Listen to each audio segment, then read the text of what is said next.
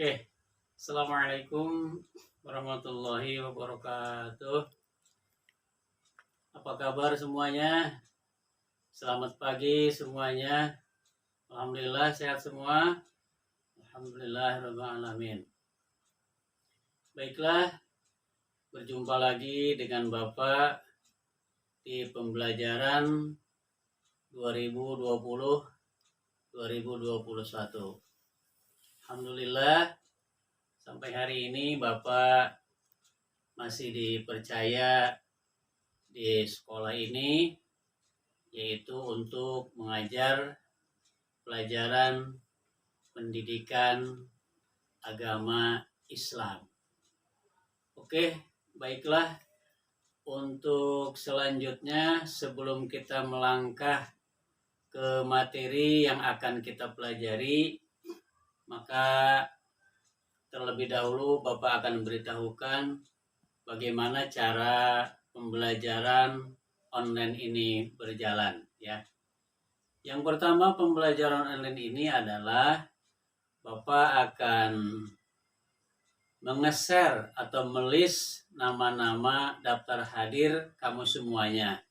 Nanti kamu tinggal buka di grup WA, ya. Di situ ada list nama kehadiran pembelajaran online hari ini. Silahkan untuk kehadiran diisi dulu list yang sudah disediakan oleh Bapak.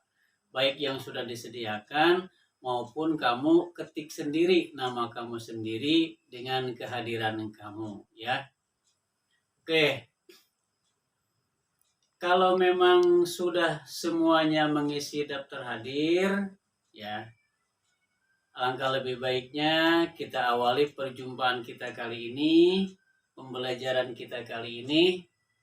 Sebelum kita menginjak ke materi yang akan kita bahas pada pertemuan kali ini, alangkah lebih baiknya kita membaca doa terlebih dahulu, ya. Doa belajar agar kita diberikan ilmu yang bermanfaat, agar kita dimudahkan ketika kita belajar, agar kita dimudahkan ketika kita tolab ilmu, agar kita selalu diberi rizki kepahaman oleh Allah Subhanahu wa Ta'ala, agar kita dijadikan putra dan putri solehah oleh Allah Subhanahu wa Ta'ala. Amin. Mari kita bersama membaca doa belajar. A'udzu billahi minasy syaithanir rajim. Rabbi zidni ilma warzuqni fahma. Artinya, ya Allah, tambahkanlah kepadaku ilmu yang bermanfaat dan berikanlah kepadaku rizki kepahaman. Anak-anakku sekalian, semoga setelah kita membaca doa belajar kita, Allah Subhanahu wa Ta'ala selalu memberikan kemudahan kepada kita ketika kita proses belajar. Allah Subhanahu wa Ta'ala selalu memberikan kepahaman kepada kita ketika kita sedang bertolab ilmu. Oke, baik, kita lanjutkan, yaitu di pertemuan pembelajaran kali ini, yaitu pembelajaran tentang pendidikan agama Islam. Pada kesempatan kali ini, Bapak akan mengangkat suatu tema, yaitu yang berjudul senangnya belajar surat An-Nasr. Ya, apa temanya tadi? Yaitu senangnya belajar surat An-Nasr. Apa itu An-Nasr? An-Nasr itu artinya pertolongan. Di dalam tema surat An-Nasr ini, nanti Bapak akan menjelaskan apakah itu An-Nasr, ada berapa jumlah ayat An-Nasr, di mana diturunkan surat An-Nasr, termasuk golongan surat yang keberapakah surat An-Nasr, dan kenapa kita harus belajar Al-Quran surat An-Nasr. Baiklah, kita jawab pertanyaan tadi satu persatu, ya. Yang pertama tadi, apakah itu An-Nasr? An-Nasr artinya pertolongan Allah Subhanahu wa Ta'ala. Yang kedua, ada berapa ayat surat An-Nasr? Surat An-Nasr jumlahnya ada tiga ayat. Ya.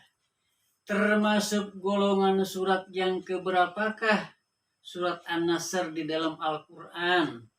Yaitu termasuk golongan surat yang ke-110 yang terdapat di dalam Al-Quran. Di manakah diturunkannya?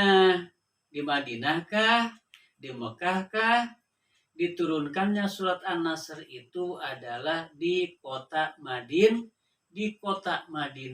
Kok Pak di kota Madinah? Bukan di kota Mekah? Iya. Karena surat An-Nasr diturunkan di kota Madinah ini adalah berkaitan dengan Fathu Mekah.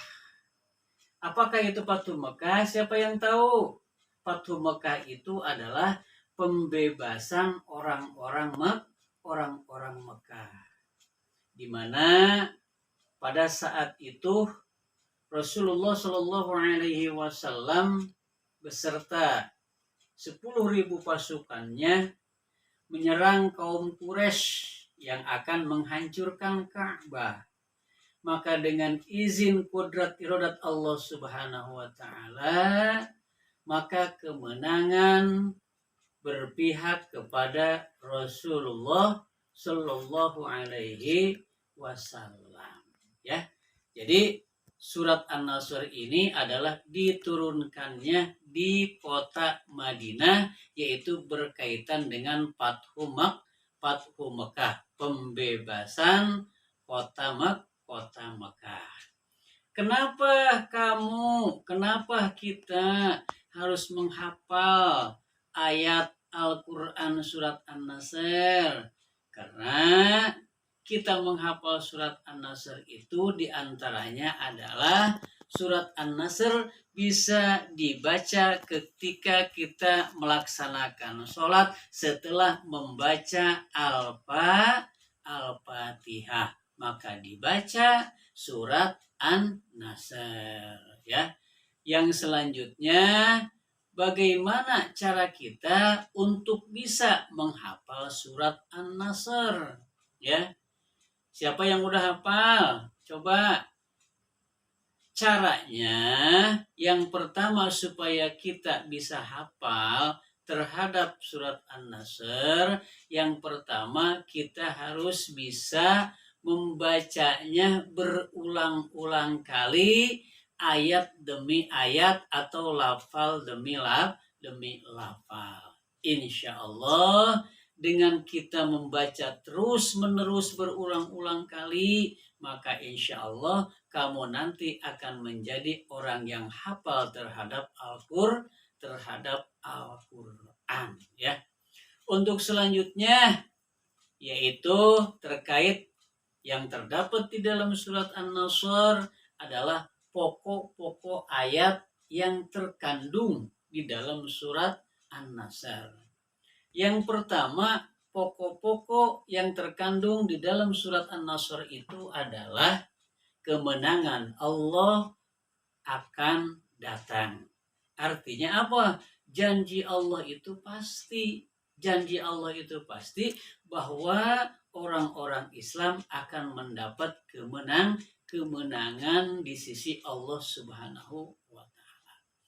Yang keduanya adalah bahwa Allah berfirman kepada orang-orang yang beriman supaya selalu bertasbih dan memuji kepada Allah Subhanahu wa Ta'ala. Kenapa kita harus bertasbih? Kenapa kita harus memuji Allah? Kenapa kita harus bersolawat kepada Nabi? Karena itu adalah kewajiban kita sebagai orang mukmin atau sebagai orang Islam.